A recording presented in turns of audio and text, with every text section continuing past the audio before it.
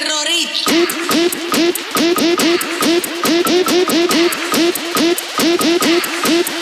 Hi, I'm Desiree. And I'm Tatiana. And this is Tech News Today. Now please stand for the pledge. I pledge allegiance to the flag of the United States of America and to the republic for which it stands, one nation, under God, indivisible, with liberty and justice for all. Today's quote of the day is, "Education is the key to unlock the golden door of freedom." George Washington Carver. The Syracuse City School District is hosting the first annual Career and Technical Education Exposition. The expo will take place on March 29, 2014 at ITC in the gym. There will be 2 sessions which are open to public and families. The Session 1 will run from 11 a.m. to 1:30 p.m. and Session 2 will run from 2:30 p.m. to 5 p.m. The district officials are hoping people will come learn more about the career and technical education programs available at each of the district high schools. The district provides CTE programs geared towards students' career interests through equally rigorous pathway offerings and emerging and training fields of study. There will be important information available regarding each of the CTE programs for students and families. The media students at ITC have been doing projects that will be showcased at the CTE fair. We've been visiting CTE programs at our high schools to take photos and video that will be used to publicize the event. They will also be displayed at the event. So, Tati, what CTE program did you visit? I went to Project Lead the Way in Medical Careers at Henniger. Oh, that's cool. Book Club has 2 up-and-coming field trips in May and April. According to Mr. Sahowski, the first field trip in April will be to visit the Central Library, where they will go on a tour and be given more books to read for book club.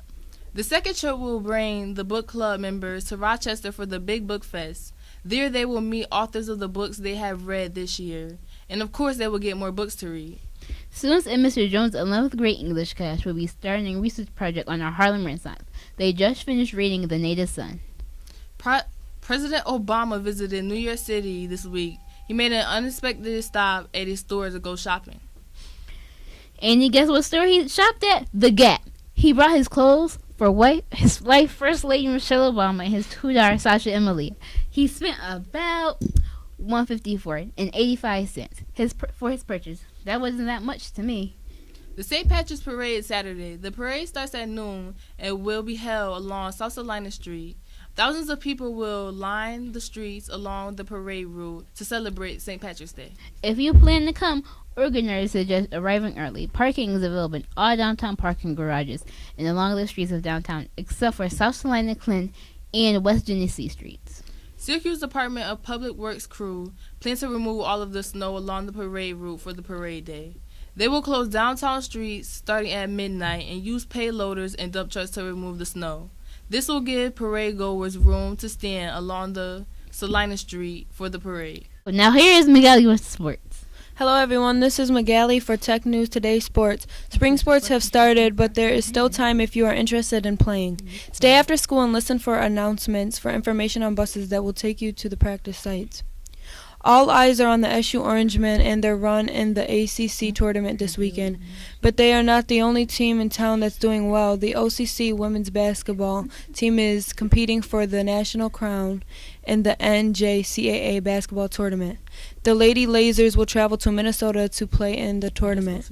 It's never too early to talk about the SU football team. The Orangemen will start their spring practice season next week. The first practice will be Wednesday, March 18th, and will end with their spring game played in the Carrier Dome on Saturday, April 19th at 1 p.m. The game is open to the public.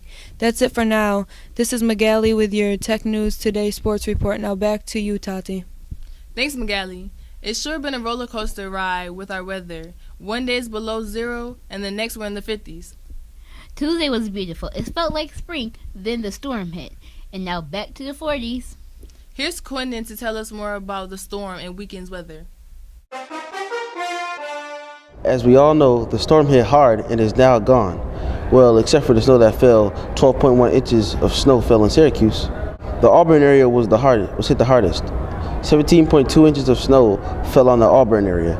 In the wake of the storm, cold, dry air has settled over the central New York. but you don't have to look too far to the west to see temperatures back into the 50s and even the 60s. At one point Thursday afternoon, eastern Illinois was in the upper 30s, while the western part of the state was near 60. The mild air will get you caught up in the southwest winds and blow toward us Friday afternoon. We should see temperatures near 50. Somewhat cooler air will return Saturday with a reinforcing shot of cold air weather due to on Sunday and Monday.